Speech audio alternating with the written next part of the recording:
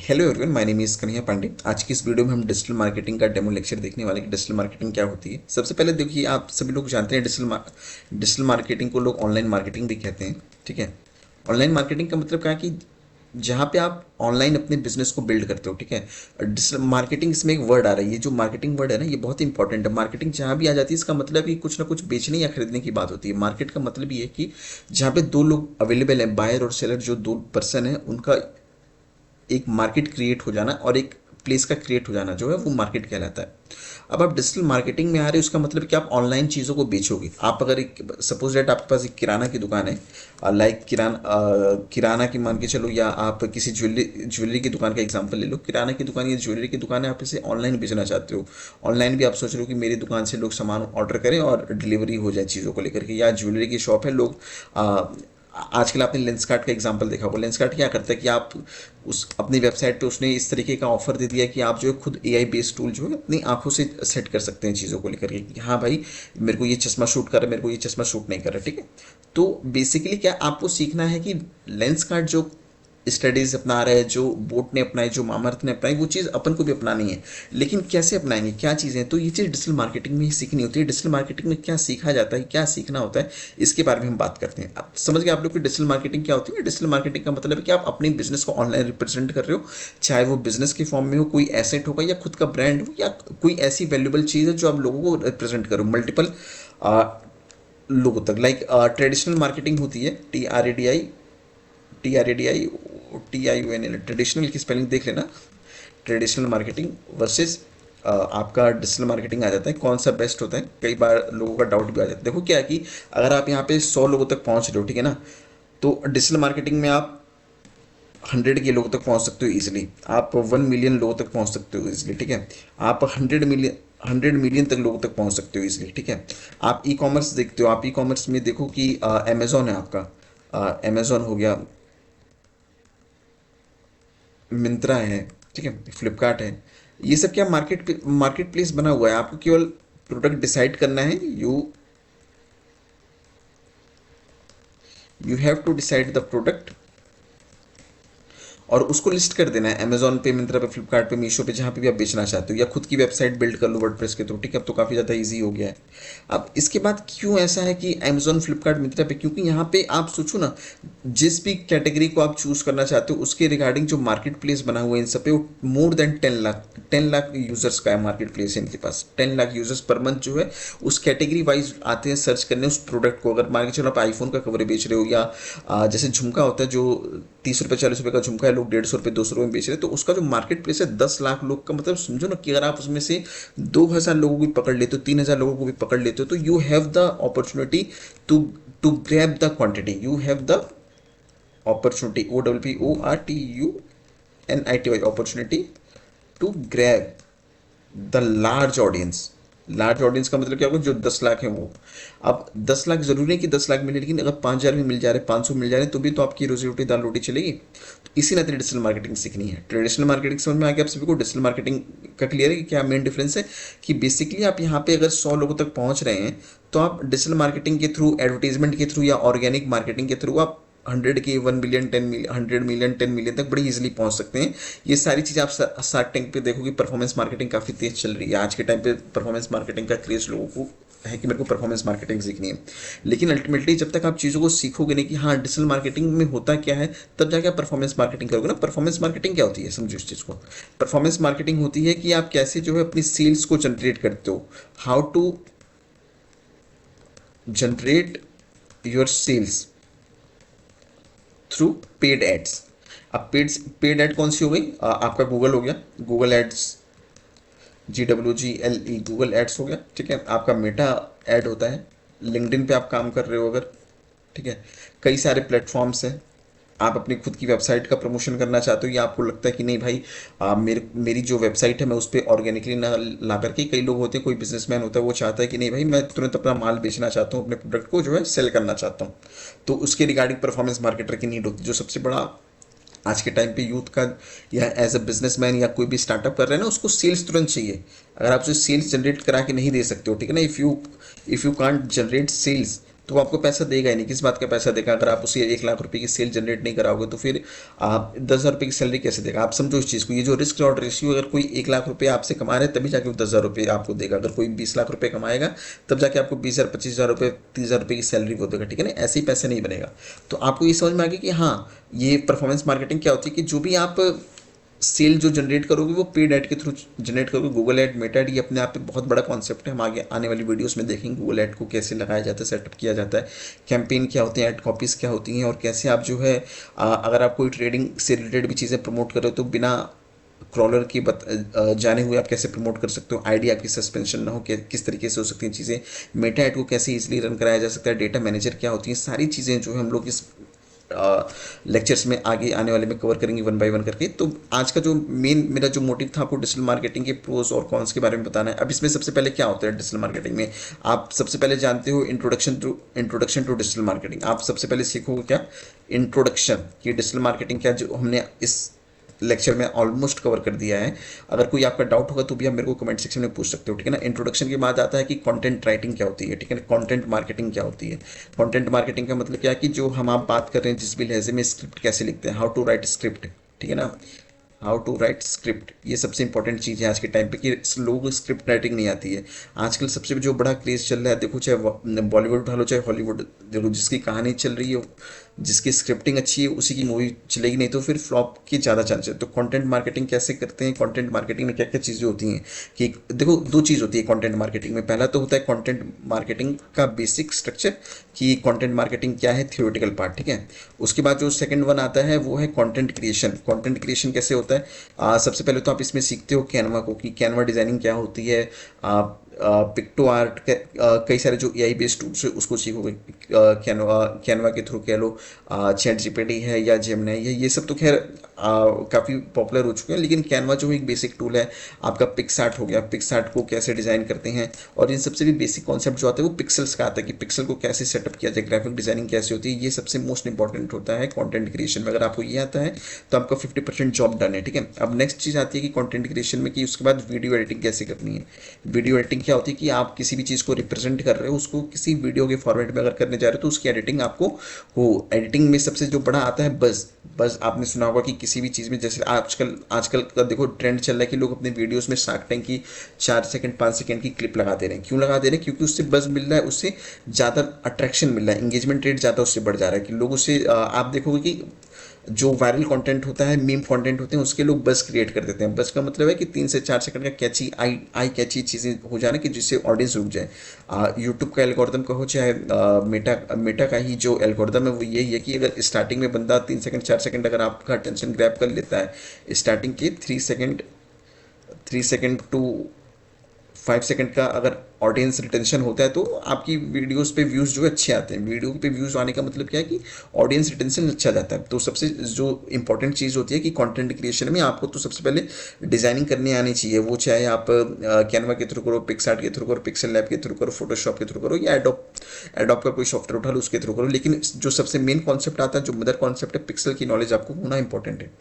There after उसके बाद आपको वीडियो एडिटिंग में कोई भी सॉफ्टवेयर उठा लो, इनशॉट हो गया, कैपकट हो गया, या एडोब प्रीमियर प्रो का ही उठा लो, कोई भी सॉफ्टवेयर पे उस पे आपको कट लगाने आना चाहिए, उस पर आपको एडिटिंग करनी आनी चाहिए। एडिटिंग का मतलब क्या होता है कि राइट कलर चूज करना। अगर राइट कलर चूज करना आता है, राइट वीडियो में कैची की मेरे को जो मैंने स्क्रिप्ट लिखी है उसके अकॉर्डिंग फोटो फ्रेम्स लगाना, ये सबसे इंपॉर्टेंट होता है। अगर आप वो सीख लेते हो तो then you have to go to freelancing. आप बड़े इजीली जो है वीडियो एडिटिंग से पैसा बना सकते हो, ठीक है। नेक्स्ट आता है वेबसाइट डिज़ाइनिंग। वेबसाइट डिज़ाइनिंग क्या होती है? देखिए आजकल देखो आप कि वेबसाइट डिज़ाइनिंग एक तरीके से आप इस तरीके से समझ सकते हो कि आजकल लोग कोडिंग HTML, पहले जो कोडिंग चलती थी HTML हो गया, CSS है, जावास्क्रिप्ट है, ठीक है।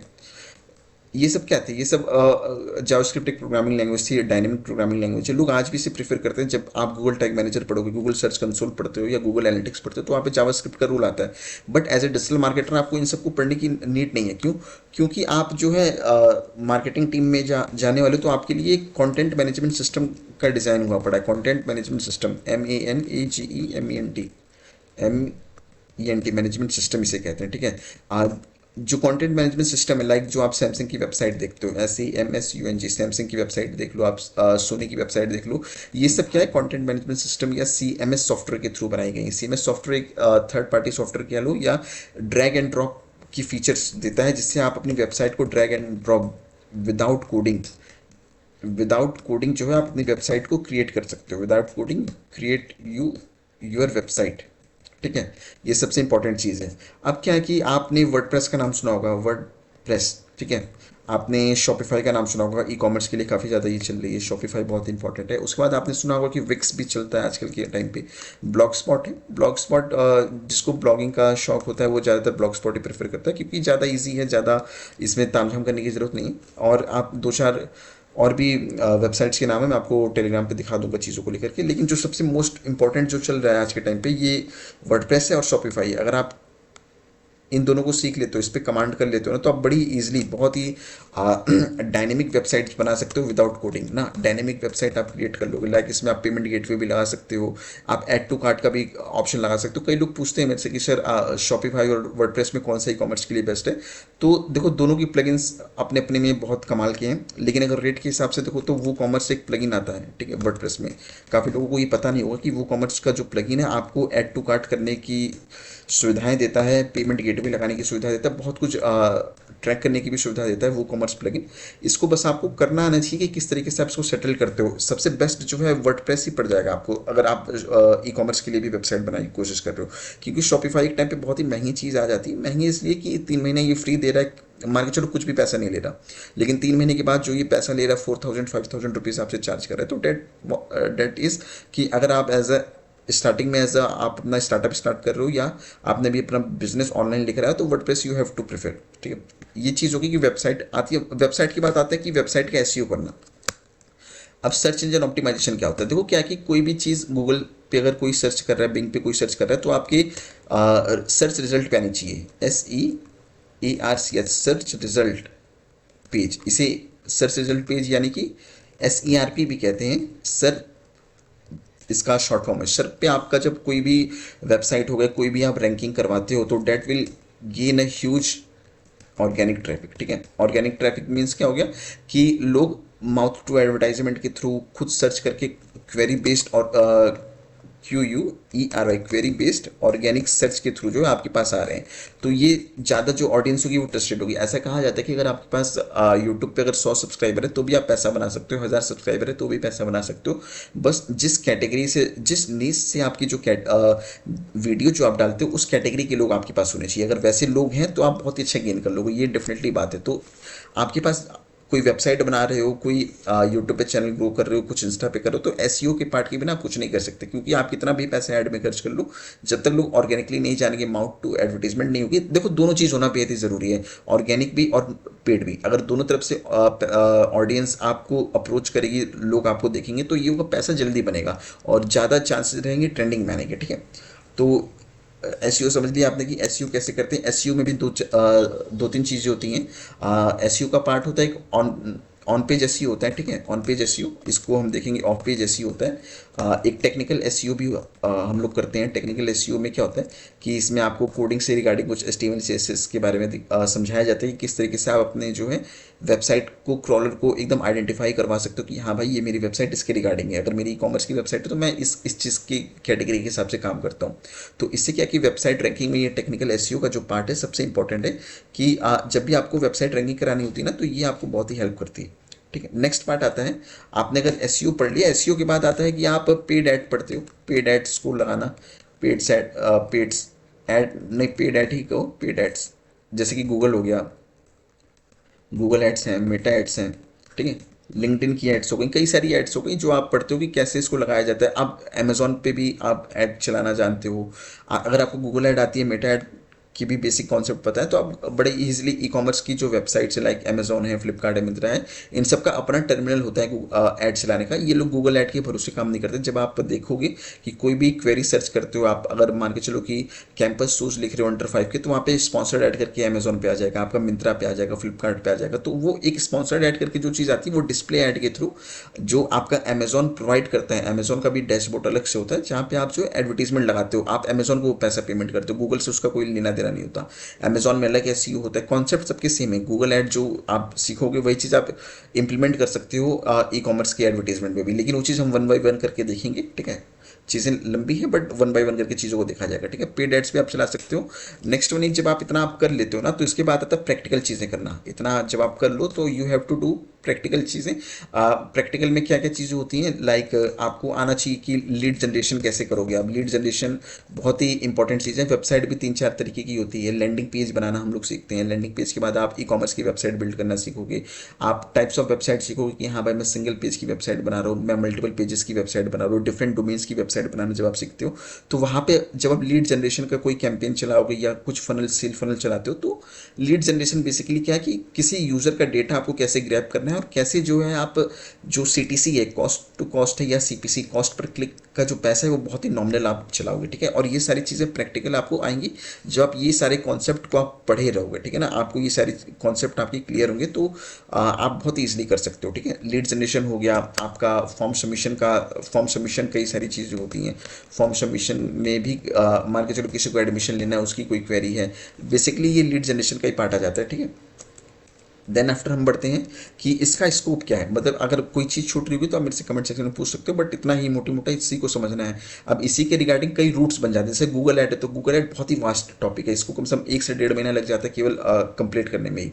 जब हम लोग पढ़ाते हैं या जब पढ़ते हैं तो मेटा ऐड भी कम से कम 20-25 दिन का टॉपिक नहीं है, ये आपको 2 महीने लग जाएगा समझते हुए कि हाँ भाई मेटा ऐड किस तरीके से वर्क करता है। मेटा ऐड में भी कई सारे कैंपेन्स रन होते हैं, कौन कौन से टाइप की कैंपेन रन होते हैं, उस चीज़ को समझने के लिए काफ़ी टाइम इसमें स्पेंड होता है। मान के चलिए कि 4 महीने में ये पूरा कोर्स जो है आपका ये खत्म होगा, चाहे आप ऑफलाइन करो चाहे ऑनलाइन करो, इस ये चीज़ आपके ऊपर है, ठीक है। अब नेक्स्ट चीज़ जानते हैं कि इसका जॉब अपॉर्चुनिटीज़ क्या है। जैसे क्या कि digital marketing, DIGITL, digital marketing manager की एक पोस्ट होती है। इसमें जो सैलरी गेन होती है इन लोगों की, मान के चलिए कि 50K से ऊपर ही स्टार्टिंग होगी इनकी, लेकिन ये बेस्ड ऑन एक्सपीरियंस है, 4-5 साल का इन्होंने एक्सपीरियंस गेन कर रखा होगा। सेकंड वन आते हैं digital marketing executive, digital marketing EXECUTIV executive. इनकी भी सैलरी जो है 25K से डिफर करती है 50K तक की, ठीक है। 50K तक की सैलरी ये लोग ग्रैब करते हैं। उसके बाद परफॉर्मेंस मार्केटर आते हैं। परफॉर्मेंस मार्केटर देखो बहुत ही बड़ी पोजीशन होती है। परफॉर्मेंस मार्केटर इसलिए भी क्योंकि सारा सेल्स का काम इन्हीं के ऊपर डिपेंड रहता है, ठीक है। सेल्स टीम तो रहती है, लेकिन परफॉर्मेंस मार्केटर क्या होता है कि छान के, मतलब फिल्टर करके जो ऑडियंस लेकर आता है उससे जो सेल्स होती है वो इन्हेंस हो जाती है। अगर रिस्क रिवॉर्ड रेशियो अगर आपने 1,000 रुपये लगाया और 10,000 की सेल्स आप कर रहे हो, तो परफॉर्मेंस मार्केटर ऐसा कर सकता है कि वो 5,000 का ऐड लगवा करके आपसे 50,000 45,000 की सेल्स निकलवा लेगा बड़ी इजीली। उसके पास ऐसी क्वालिटीज़ रहती हैं। इसकी सैलरी 80 की मतलब बेस्ड ऑन एक्सपीरियंस 80,000 1-1 लाख रुपए सैलरी जाती है इसकी महीने की, ठीक है। तो बहुत ही ज़्यादा स्कोप है पेड ऐड में, अगर आपको वाकई रन करना आ गया, ठीक है। ये सारी चीज़ हो गई। इसको 100 के कर देते हैं, ज़्यादा बेटर लगेगा, ठीक है। और आप इंटर्नशिप अगर करना चाहो तो इंटर्नशिप के लिए भी कई सारे ऑप्शन है कि 5,000 10,000 की इंटर्नशिप आपको बड़ी ही ईजिली मिल जाएगी, ठीक है। तो 5K की इंटर्नशिप हो गई, 10K की इंटर्नशिप हो गई, 20K की इंटर्नशिप नहीं, वो जॉब में आ जाएगा। लेकिन 5K 10K की इंटर्नशिप जो है आपको बड़ी ईजिली मिल जाएगी। मान के चलो कि कोई क्लाइंट मिल गया, आपको बोल देगी भाई तू मेरे लिए कैनवा डिज़ाइन कर दे, तू मेरे लिए कैनवा से कोई थंबनेल निकाल के बना दिया कर, वीडियो एडिट कर दिया कर, मेरा SEO कर दे मेरी वेबसाइट का, थोड़े बहुत ऐड चला, 5,000 4,000 का बजट है, तो धीरे धीरे आपका जब एक्सपीरियंस बढ़ता जाएगा तो आप इंडस्ट्री में भी ग्रो कर लोगे। अब जैसे ट्रेडिंग इंडस्ट्री में भी डिजिटल मार्केटिंग की नीड होती है। ग्रो का नाम आपने सुना होगा, GROW। ये कम से कम कई मिलियंस ऑफ USDT, कई लाखों USDT ये लोग खर्च करते हैं एडवर्टीजमेंट पे अपनी, तो कोई तो बैठा होगा इस पे।